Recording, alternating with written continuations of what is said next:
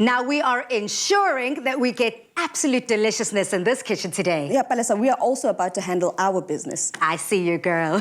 Now, are you a sushi fanatic like me and you know, it's you want to make something of your very own? Well, then listen up, because we're still riding that fake away train and we're inviting you along on the ride as we make our very own sushi on a budget. Now, Tumi, your dad jokes have got me tongue-tied, honey. But what I'm excited about is that you're teaching us and empowering us how to make our very own sushi at home. So let's start from the top. What is sushi? Sushi, my darling, is a Japanese treat, a Japanese dish that in essence revolves around rice and other fresh ingredients. You can go anywhere from the fresh fish, fresh veggies like we're going to be doing here. We're keeping it on a budget and that's what we're focusing on now.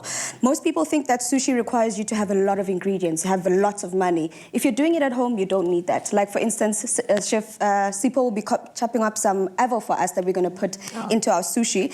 We've got the recipe on Afternoon Express if you want to know. But in essence, we're using sushi rice specifically today because of the stodginess of it, because of the stickiness of it. It's got so much starch in it, making it better to stick onto our nori sheets. Chef, you can actually get started with the avo for us there. So, Tumi, when it comes to that rice, am I unable to play with any other rice and try bind it, or no? I need to have that authentic rice. Look, if you want to, you can definitely try it out. You can definitely even go as far as being adventurous and try sushi with other grains like your barleys and your quinoa. The only difference, though, that you have to note is that there's not as much starch in there. So if I was to give you a trick, then if you want to, do use those ingredients. The only thing is we rinse our rice beforehand to make sure that we release that starch from it. Got you. But if you're going to use all those other, let's go with barley or normal rice, don't rinse it as much because you want to keep some of that starch, and then I know it's weird, try and overcook it because then it makes it a little more sticky. That then allows you to be able to layer it like I'm going to start layering now. I'm going to start with our nori sheets, which are also quite significant to Japanese cuisine. You need to have this for the layering. It's one of those, as you see, that's that black layer that separates the rice and everything else. And Tumi, I saw that before you added that sheet, you've got some cling wrap. Correct. The reason I've done that is most people think you need to also have all those things to roll with. You don't need all of that stuff. It's very simple. You've got the ingredients and the utensils at home. All you need is a nice baking tray, line it with some plastic wrap to allow you to remove it easier as well. So it's easier for you to cut. And then I'm starting with the layer of the nori, and then while you are tasting, I can see you're not even waiting. You're like, this girl is taking too long. I want to taste the sushi. All right, I'm finished with you. Thank you very much, Chef. Thank you. Let me do this. I'll just take that from you. Tumi, I can't believe you made this at home. Yes, my darling. That's how simple it is. That's how easy it is. You can make your own sushi at home without spending too much money, but you can even choose the type of ingredients you have, making it so much easier for you as well.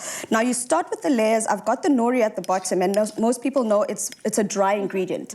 You don't have to worry about it not sticking because the moisture from the rice and all the other ingredients are going to help with making it soft enough for you to bind it. Because when I did have a bite, Chef Spogazi, of that sushi that was pre-cut for me, the freshness was definitely there. I definitely tasted the crunch in each of the veggies that Utumi added. The avo that the creaminess of the avo that you've chopped up also was quite beautiful. What do you think for you that makes sushi more special? Honestly, I'm not the biggest fan of sushi. Okay, we're fighting now. We're fighting now.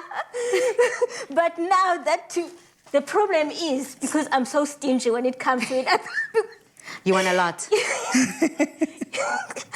It's expensive. Yeah. Now that Tumi is showing us that we can make sushi at home, then that's when I'm going to start making it. Brilliant. Yes. And Tumi's already flipped it over and I can see the layers. Yes, so I've just plopped it over. You see, I also had plastic wrap here to make it easier for us to handle. Now, I've flipped it over and it's time to cut our squares. The most important part here is make sure you're using a sharp knife. There's nothing worse than cutting through your sushi and struggling with it. The sharper your knife, the better, because it means there's less admin for you. And then once you start cutting, most people like to shape out the ends. I don't mind that because then those are the snacks that you can have while you're cutting into your sushi. And all you do is you need a nice, slightly moistened knife, and then you can start cutting those slices that you want. And then it gives you, if you want to have sandwiches, you can have that. If you want to have the rolls, you can be adventurous. But you don't need to worry about those layers as long as your knife is sharp enough. For instance, here we've got some of that nori sheets that I mentioned. We've got some of our rice. We've got the recipe on Afternoon Express to find out how we made that rice. You've also got some cucumber. We've got some of our carrots, and I'm going to be adding the avo on top because it also brings that vibrant color on there.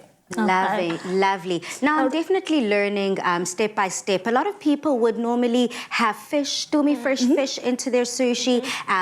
Some people even go as far as having meats. Are we able to play when it comes to this original recipe that you've put Definitely. together? Now, this is almost like a base. If you want to, this is where you can add your, if you want to get adventurous and actually spend money, you can add your salmons. You can even add chicken if you want to. You can keep it veggie, add as many veggies as you like. Just make sure that those layers are popping and you've got those different colors. Voila, looking amazing. Now, I do love this recipe, and if you love it just as much as I do, then put that purse down and head over to afternoonexpress.co.za for the full recipe and start making your own sushi right now. Now, coming up, we are not done with our fakeaways. Pogazi, you seem still pumped. Oh, yes. I like that energy. The beauty of making your own burgers at home is that you can top them with whatever you fancy. When we return, we're making our very own camembert and caramelized onions. Delicious.